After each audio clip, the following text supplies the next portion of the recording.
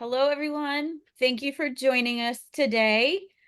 The Florida Neonatal Pediatric Transport Network Association was challenged with the task of coming up with a educational series to deal with pre-hospital emergencies for maternity and neonatal emergencies. So this is part one, our Oh Mama. My name is Nikki Shimko. I am the president of FMPTNA, and I'm also the transport team manager at Golisano Children's Hospital. And this group comes to you from all over the state with much background and experience. So we welcome you all here today. Sarah, go ahead and introduce yourself. Hello, my name is Sarah Webb. I'm a nurse practitioner here at Johns Hopkins Children's Hospital on the transport team. I am also the educator. Chris? Hi, my name is Chris Sorrell. I am also a nurse practitioner. I am with daycare at St. Joseph's Children's Hospital. I am the manager of the Neonatal Pediatric Transport team of St. Joseph's out of Tampa. And I would like to introduce Julie Bacon from All Children's as well. Yes, hi everyone. My name is Julie Bacon. I'm the program manager and chief flight nurse at Johns Hopkins All Children's Lifeline in St. Petersburg. Happy to start off today with our Oh Mama OB pre-hospital emergency. So the objectives, I'm not going to read them out loud to you, but as you look through them, hopefully you're going to get through this hour and you're going to have an Oh Mama moment where you realize a piece of knowledge or something that you can take into the field that will make your patient safer and your life easier. So when we talk about pregnancy, and this is like the worst call, right? This is the one where you would take 14 MIs before you would take the pregnant patient, but this is now your call. So let's talk a little bit about gestation. So how do humans fit in? So when we take a look at the animal friends around us, elephants have a gestational time period, a pregnancy of 660 days. Now, here's a tip. If good friends say to you, I'm in my 8th month and I'm feeling really terrible, do not say, well, you might feel bad, but elephants have 660 days, because that might not go over well. Now, taking over the world, on the other hand, is going to be the golden hamster. The golden hamster has a gestational period of only 16 days. Do not buy your child 2 of these.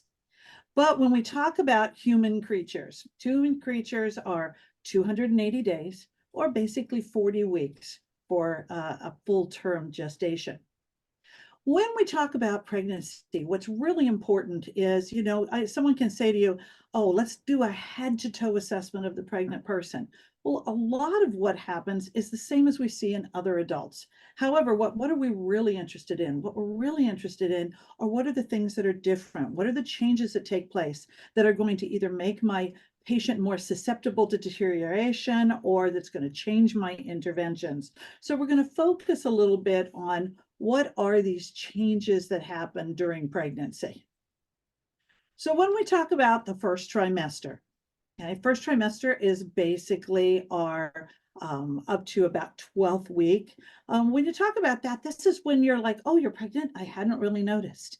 And you have this tiny, teeny little person who is down deep inside the pelvis area, tiny, very protected at this time period. A lot of times, and just for your knowledge, people are like, we lose so many babies in the first trimester, about 25% of all pregnancies during this time period. But that is, in general, just gestational types of problems, congenital things we'll never know about. But when we talk about trauma-related pregnancy loss, really it's very low during this time period, because you're very well protected, very small, about the size of a little raspberry, well protected with amniotic fluid. So life isn't changing very much for this little one during this time period. When we go to the second trimester, now things are really starting to change. We start to have a lot of growth here. In second trimester, you'll notice that the amount of pregnancy loss during this time frame, particularly related to trauma, increases significantly, up to almost 40%. There's a couple reasons for this. First off, where in that first trimester, you had a very small fetus, well protected and cushioned in amniotic fluid, we now have a lot of growth going on during the second trimester. And a lot of your abdominal cavity is taken up with baby. This is when you're like, oh, you're really growing, you're looking so pregnant now. While there is some floating still within the amniotic fluid and you still have some cushioning, we have a baby that's getting bigger, and yet this is a time period in which mom is really feeling a lot better. So activity is going up. So during the first trimester, even though she doesn't look pregnant, she's feeling bad. She's probably not doing a lot of her get out and go physical activities. And now suddenly it's second trimester, she's feeling great. She's out there on her bike. She's trying to get used to this change in center of gravity. So that's also that also plays into the pregnancy loss, because we have people doing the same types of activities that they've always done, but with a different center of gravity and with this new little person that, as that fetus grows, is now going to be the target. The first thing that hits, say, for example, when we have a fall. When we get to the third trimester, we now have that baby really taking up most of the abdomen. There's very little movement here. We have a huge, in this third trimester, again, a large amount of pregnancy loss and trauma happens during the third trimester.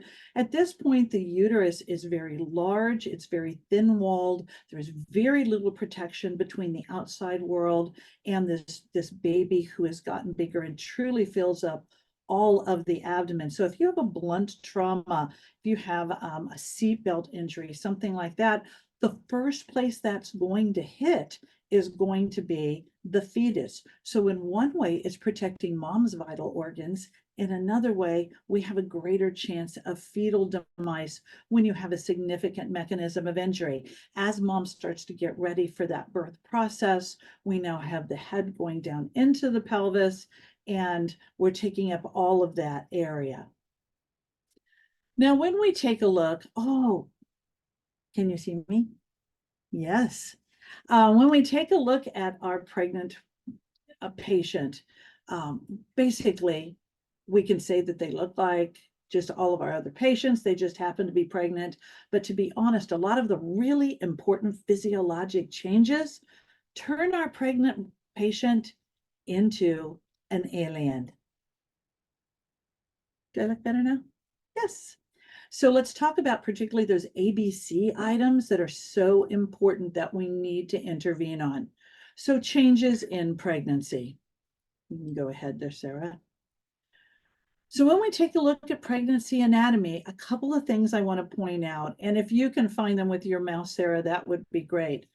First off, let's take a look at our diaphragm. As the pregnancy progresses and we have our non-pregnant patient on the left, pregnant patient on the right, the diaphragm, as the pregnancy advances, is going to be rising up. So think about how that might affect your respiratory status. What's happening with our GI? Okay, as you're thinking about when was the last time you ate, and your stomach is being emptied and it's going through this GI process. Well, we have a lot of interference and pressure here. And of course, our uterus is sitting right there on the bladder down at the bottom.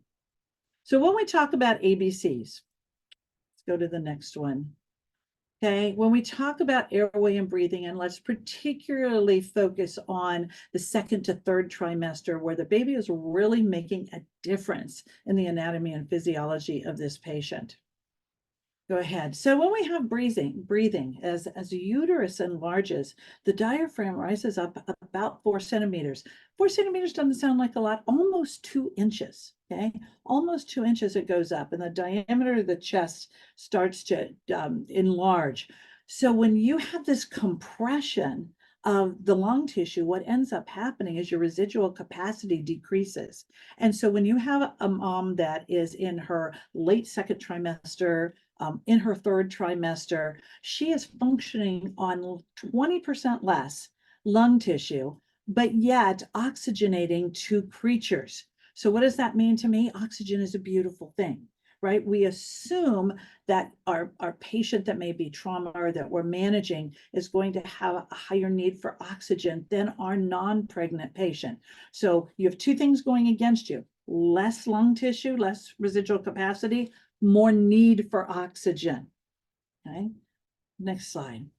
All right, that's when we talk about right here. It's like decreased tolerance to hypoxia because she is breathing for herself. She is fully oxygenating herself. She's fully oxygenating the fetus.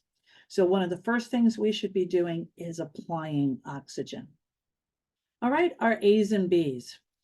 So let's take a look at our C's here. When we have circulation, okay, we have this huge increase in circulation for mom once she reaches that mid to late second trimester. Right, that's great. We got lots more volume. They can tolerate bleeding and trauma, but it's not necessarily RBCs. It's plasma volume. Okay, it's basically they are fluid rich, H&H poor. They're getting ready for the birth process.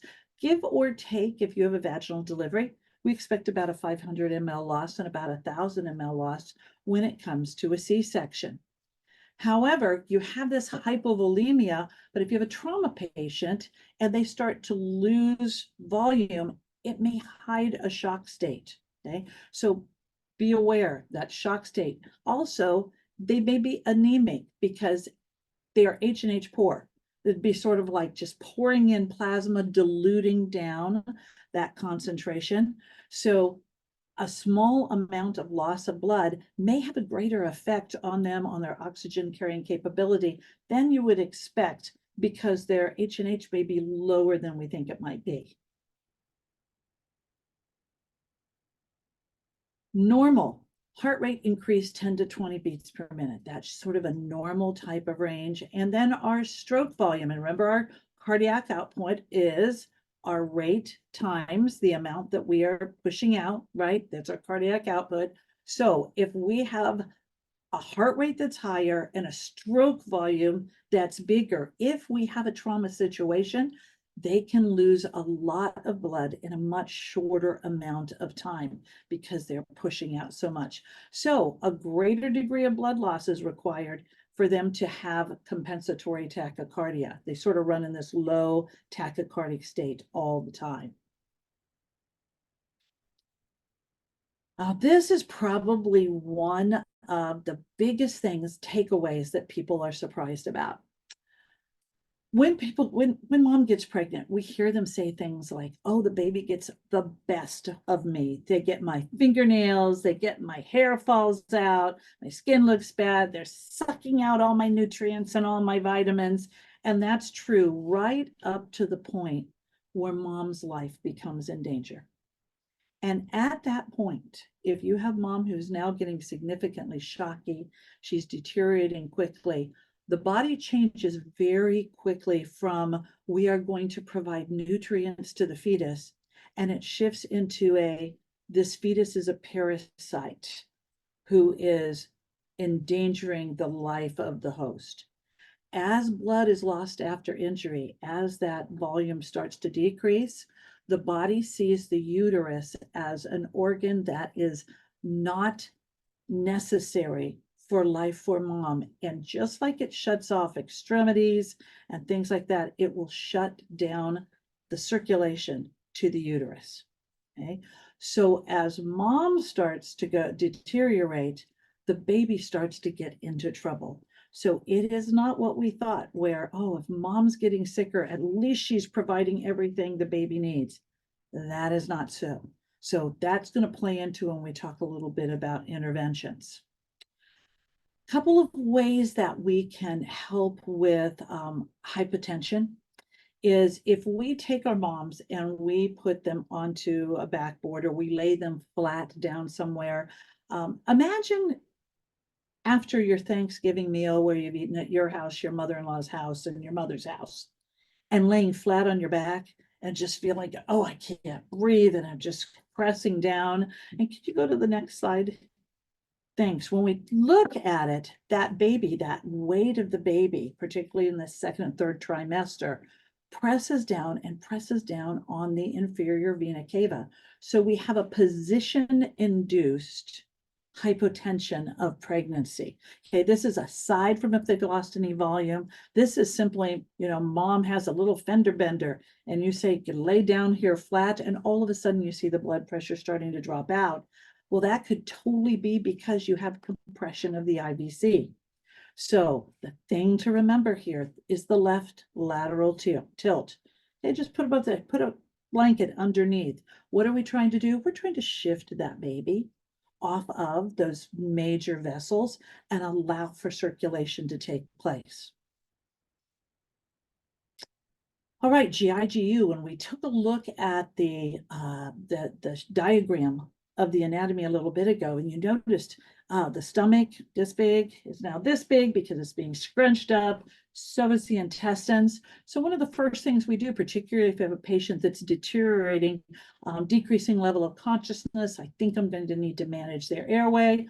I wonder when the last time they were ate was, and in a pregnant patient, always assume that the stomach has contents in it, right? Because it slows down. Between the fact that there's pressure on the stomach and the GIGU, between the fact that the hormones actually slow down the gastric motility, if you go to intubate this patient, just be aware that there's probably going to be stomach contents, this longer emptying time. Bigger targets. How do I know if my patient has a liver lac or something that's happened on the abdomen? It really can be a little bit difficult because this large fetus now, as we go into the third trimester, helps mask the symptoms for mom.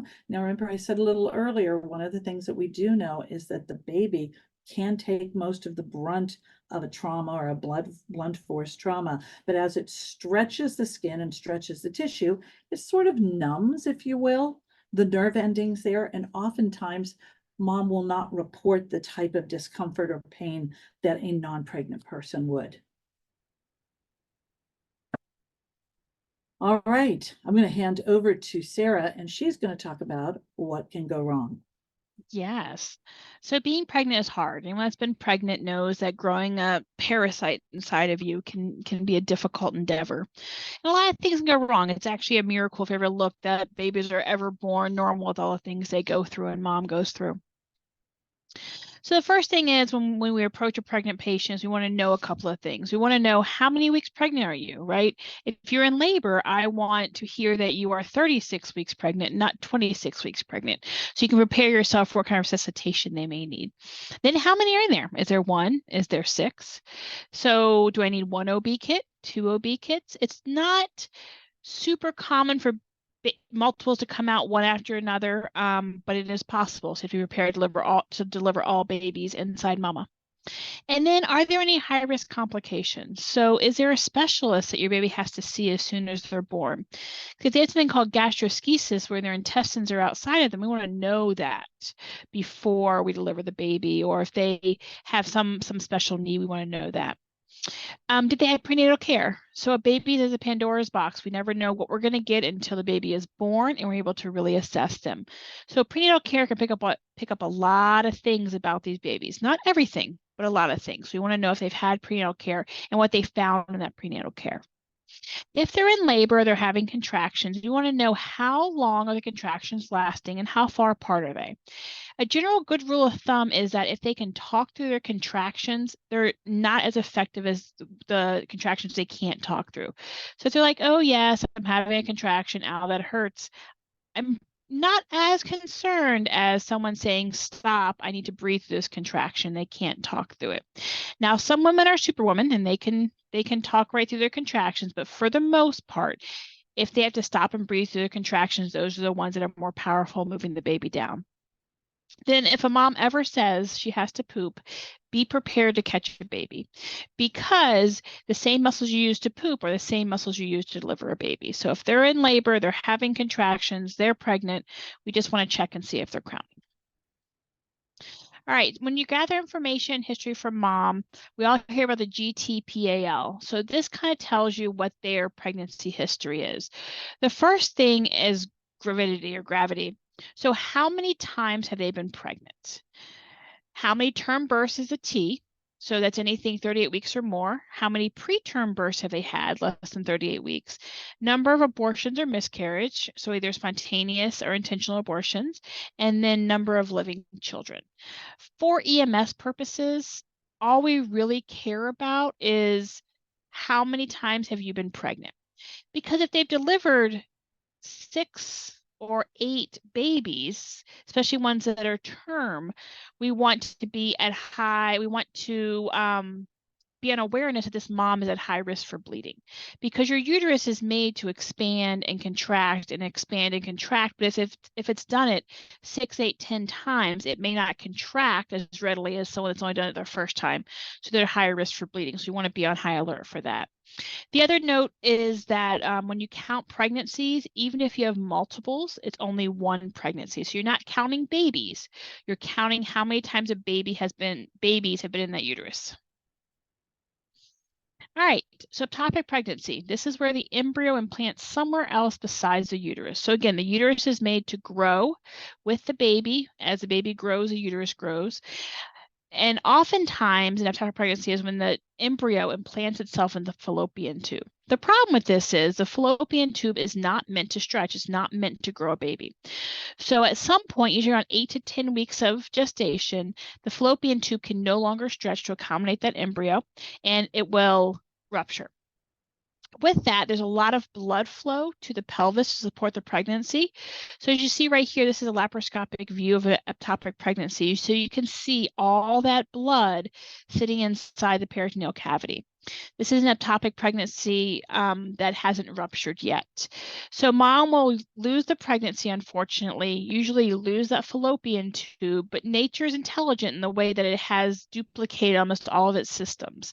So they have lost one fallopian tube, but they can still have a baby with the other fallopian tube. The way these women present is they're in pain. They're in a lot of pain. They may or may not know they're pregnant yet, because 8 to 10 weeks can be quite early. And this is a patient that you give fentanyl to or morphine to, and they're still writhing in pain. Because again, nature's smart. Anytime blood is outside of where it belongs, it causes a lot of pain. So these are women that cannot get comfortable. The treatment for these is you're going to treat the hypovolemia if they appear to be in shock, and you're going to get them to somewhere they can go to the operating room. Unfortunately, there's nothing else we can do for mom or baby besides get them where they need to go and treat their symptoms. All right, the placenta. The placenta is a very vascular organ that's only present during times of pregnancy. It's good for about 40 weeks. So what it does is it delivers all the nutrients and oxygen to the baby and takes out all of its trash. It takes out all the extra waste it doesn't need. It also produces hormones that support the pregnancy. These hormones are great for the pregnancy, but sometimes they're not always the best for mom. So this is my favorite cartoon. It just makes me smile every time I see it. Probably shouldn't, but it does. All right, when the placenta is not your friend, remember your placenta supports the pregnancy with hormones sometimes. So if you already have high blood pressure, those hormones can give you higher blood pressure. If you don't have high blood pressure, it can give you high blood pressure. The thing we worry most about these patients is they can have a hemorrhagic stroke from spiking their blood pressure, or they can seize from it. The other important thing to remember is that these hormones are present in your body during pregnancy and up to 6 to 12 weeks after pregnancy. So you might have a mom that gave birth 3 weeks ago and she has a severe headache, she has high blood pressure. It could be still caused by those pregnancy hormones.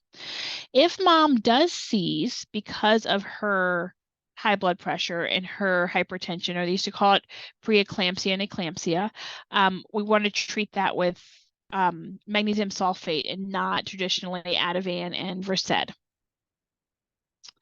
All right, moving on to more hormones that are not your friend. So those hormones that secrete, the hormones that are secreted by the placenta can cause mom to have insulin resistance, otherwise known as gestational diabetes. So mom, her insulin's not working very well, but baby, he's got a brand spanking new pancreas and he knows how to use it. So baby sees about 75% of mom's glucose. So if mom has uncontrolled sugars and her glucose is 400, the baby's glucose is 300. So he's proud of himself. He got this brand new pancreas, so he just secretes more insulin. Not a big deal for the baby. And insulin acts as a growth hormone. So these are these big old chubby babies. When I was in practitioner school, I was taught that if you can't see their ears past their cheek, their mom was diabetic with uncontrolled sugar. So you see right here is a normal, probably 3-kilo baby, and this is more like a 4 to 5 kilo baby. So they're big.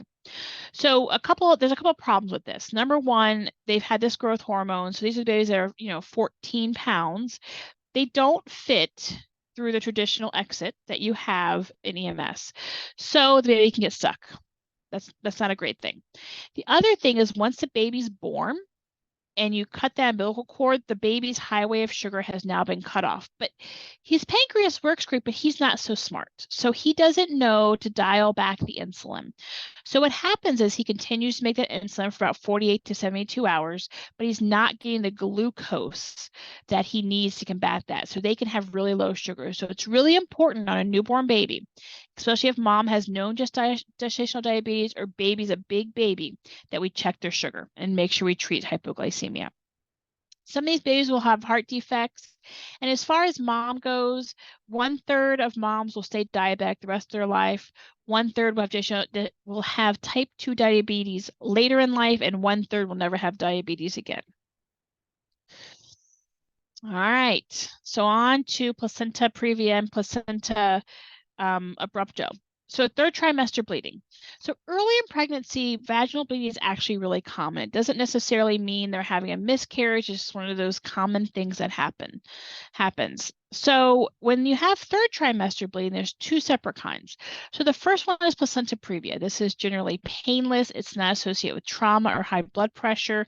This is where the placenta covers your cervical os, or the opening, the exit where the baby comes out.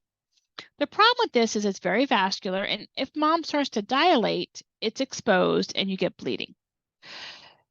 Generally, as the baby gets bigger and the uterus grows, it'll climb up the wall of the uterus and it's not an issue. If the placenta stays covering the opening, this baby will have to be delivered by C-section.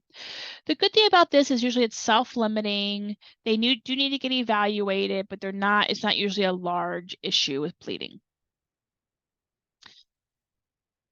The one we really worry about is placental abruption. This is when that very vascular placenta tears away from the uterine wall, causing bleeding.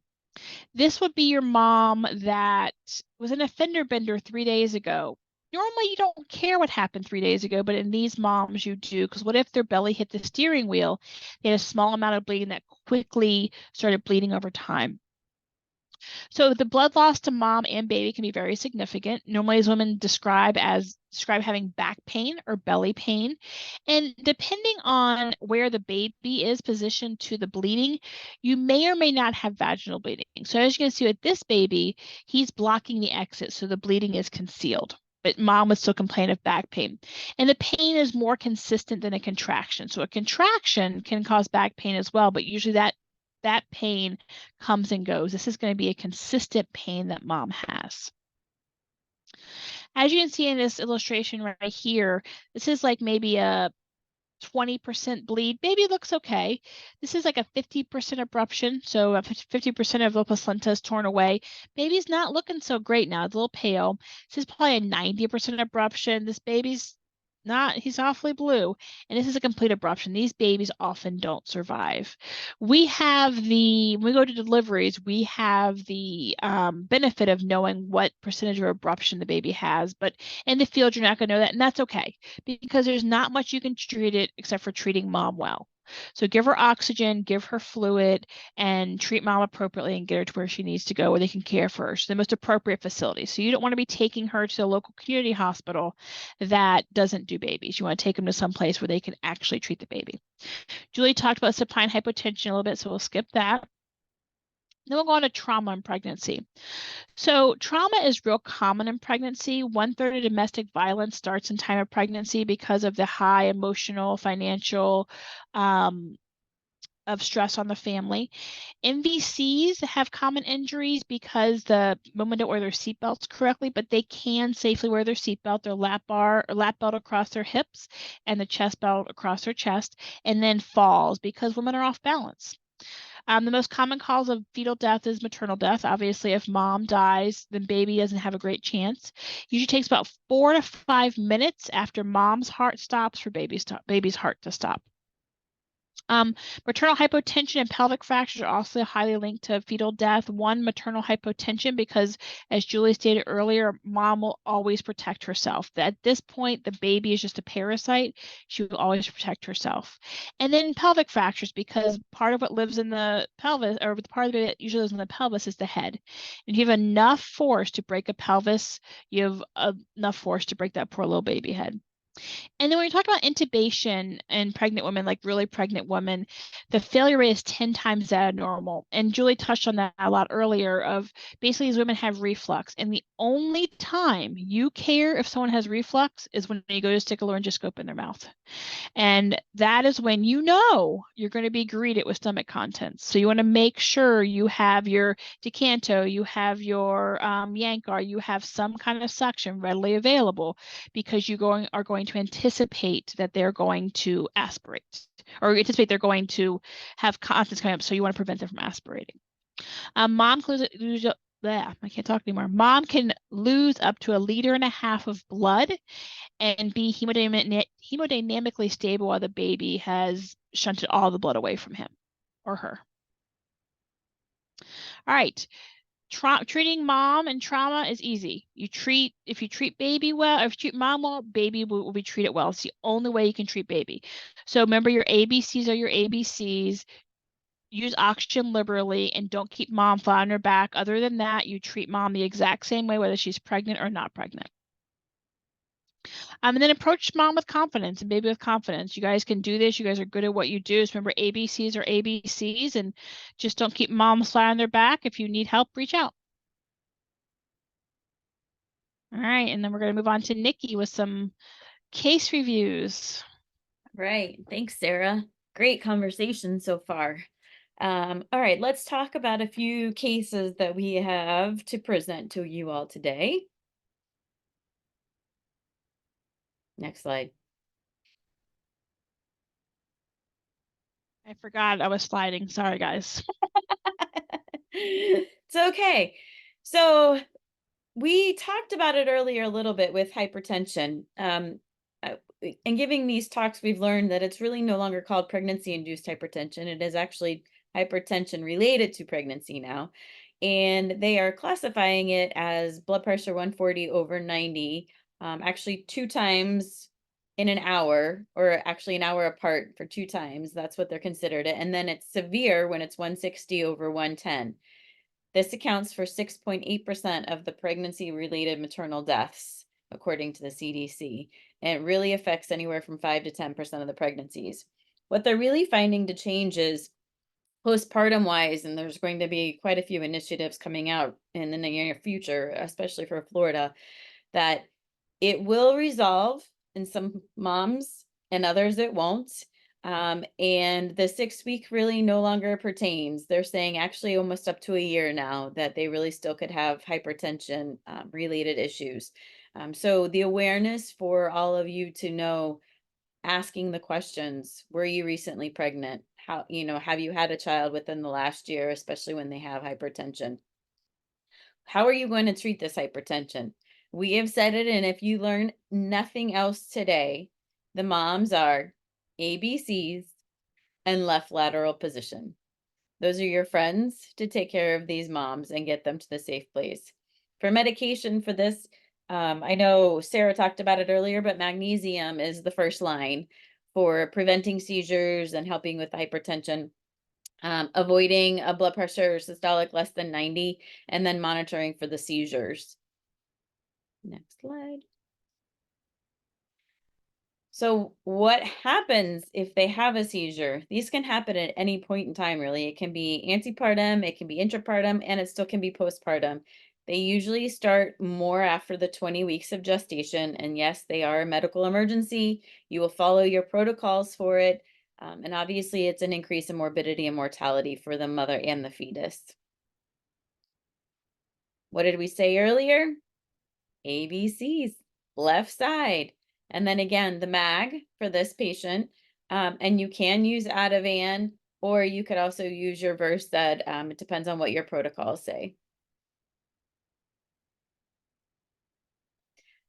With the magnesium, you really want to watch though for your magnesium toxicity. So if you've induced respiratory depression or arrest, you want to stop that magnesium and give calcium gluconate. Make sure you're monitoring the patient, and of course the oxygen, which we've talked about. All right, so case studies. So with our transport team, we do high risk maternal as well. So some of these cases are going to be from our transport team, but it really speaks to the importance of the knowledge of having some maternal information and education. So the call was for a 27-week gestation mother who called 911 for abdominal pain. EMS arrived. She was sitting, holding abdomen. Her vitals were stable. She was alert. She was awake. And so they transported her to the closest facility, which was not an OB facility. The nearest OB facility was 35 minutes away. So the transport team was questioned and requested to go retrieve. Information was received that the membranes may have ruptured. So the maternal transport team arrived and assessed the mother. At this facility, there was no TOCO, which is the monitoring to see if the mother's contracting. And all they had was a Doppler. So they were able to figure out what the fetal heart rate was by listening to the Doppler. Once the maternal nurse assessed the patient, she did a vaginal exam to find that the patient had a prolapsed cord. Go to the next slide. So a prolapse cord is when the umbilical cord actually slides through and can enter the cervix and is coming out prior to the baby, which then cuts off circulation to the baby. Go to the next slide. So now what? Now what do we do? This maternal nurse actually ended up holding pressure on the umbilical cord and keeping her hand inside for the whole transport to allow for the release of the pressure on the umbilical cord. She could feel it pulsing. She knew that the circulation was going. Once they arrived to the hospital, they went straight to the OR where they did an emergency C-section for this baby. You can go to the next slide. Mom and baby both survived. Baby was admitted to the NICU for a few weeks, but discharged with no complications. So being able to provide that service and that assessment of that prolapse cord and holding that in saved that baby and that mom's life. Okay, premature rupture of membranes. So this is really prior to 37 weeks gestation. I would say 36 to 37 weeks. What did we say normal gestation was in the beginning? 40 weeks. So what happens if they're ruptured early? ABCs, we talked about it already. Left side, we've talked about it already. Avoid letting them sit and bend, because now all the amniotic fluid's out. They're going to want to probably start pushing at some point. Avoid vaginal exams if you can, to not provide any trauma. And then if they've started antibiotics or, once they get to the ER, they'll probably continue antibiotics, but preparing for delivery. Next slide. Okay, one more case. One more case? I don't know. Do we have 2 more cases? 3? I don't remember how many cases we have. We're just going to keep going with this. All right, so this one is a 26-week gestation. Another mom who's arrived to a non-OB emergency department. Report when they spoke that the mom was contracting every 2 minutes, but there was decreased fetal movement, pain just like last time. Baby looks good on ultrasound though. Cervix was closed. They were getting labs. Blood pressure was good, 113/96. And this was the strip of contractions with, some potential D cells on there. But the OB hospitalist spoke to the ED and said, yes, go ahead and let's proceed with transfer. Next slide. So unfortunately, the transport team with the maternal OB nurse was not available. They were out on other calls. So they used a local ambulance agency to bring this mom over. Looking at the timeline, so the original call came in at, about 10 o'clock. The local ambulance dispatch said they could be there by 11:15, so an hour and 15 minutes. Ultrasound had been at the bedside. Baby basically said everything looked okay. However, once they finally called in and really read the report, they were unable to rule out undeterminate placenta abruption. So again, placenta abruption could be bleeding or no bleeding. So there's no bleeding on this report. Mom arrives to the OB/ED at 11:54, and she goes straight to the OR after that. And unfortunately, you can go ahead. Yep, one more. There you go. The mother did have a C-section, and there was a fetal demise in this case. This patient did have that abruption, and it was bleeding within, so it was that high abruption. The blood was would you say concealed? I think that's what you said, concealed. But then there was one piece in that initial assessment that mom spoke about, and she said pain like last time. And no one really dug into it and just thought she was talking about pain for her pregnancy. However, she had previously had an abruption. And so that was the same pain that she was talking about from her previous pregnancies. So this is also why we speak of, if we can get a further information from the families, was there any history? Is there any complications that we know of? And why destination of these patients is so important, so that we don't delay care. Oh, look, yes, we do have another case. This time, we're going to talk about the trauma that Julie spoke about earlier. So 30 weeks gestation, mother involved in a motor vehicle accident. 3:34 was time of the accident. Airbag was deployed. She was the driver. She arrived to the trauma unit at 4:20. And at 4:24, the fetal heart rate on Doppler was 144. The maternal heart rate was 108 to 120. Mom at this point at 4:30 was cleared by trauma, so now OB was getting involved. Next slide. Transport team notified. They did start monitoring her at the bedside. She then starts complaining of back pain and discomfort. And another ultrasound at the bedside, then the fetal heart rate's now 92. So they talk about an emergent transport. Team arrived and got them departed. In the Doppler, in the ambulance, the Doppler was 144 for the baby, and mom's heart rate still remained 108 to 120. So mom did end up delivering via C-section. APGARs were 3, 4, and 7. But the question is, and this is where I, kind of think about, you're not going to change your trauma criteria in that, but what happens if that mom wasn't cleared by trauma? What would happen then?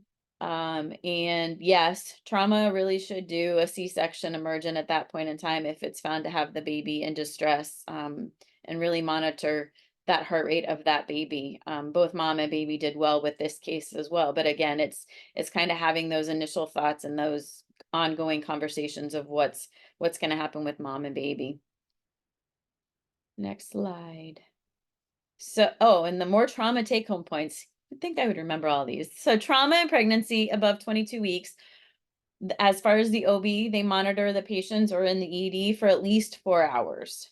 Because what happens is that mom really can have any kind of rupturing, any kind of abruption, any of that 24 hours after the MVC or after the trauma. So really keeping an eye on these moms closely and the babies. Next slide.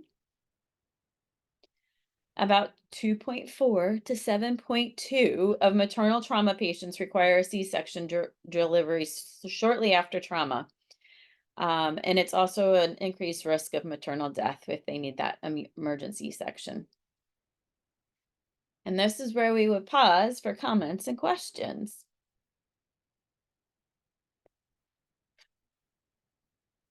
But we don't have any comments and questions today. Here are our references. And we also have OB Baby, or O Baby, which is our second series that we did record, and will be available. Both of these will be available on YouTube for you to review. Our evaluation is closed since we are now recorded this, so you cannot complete the evaluation. Ladies or Chris, do you have anything to add before we say goodbye? I think the most important thing that we've talked about several times is that the health of the baby, the survivability of the fetus primarily depends upon how well we stabilize mom. Fantastic. Well, thank you all for joining us today, and hope you have a great week.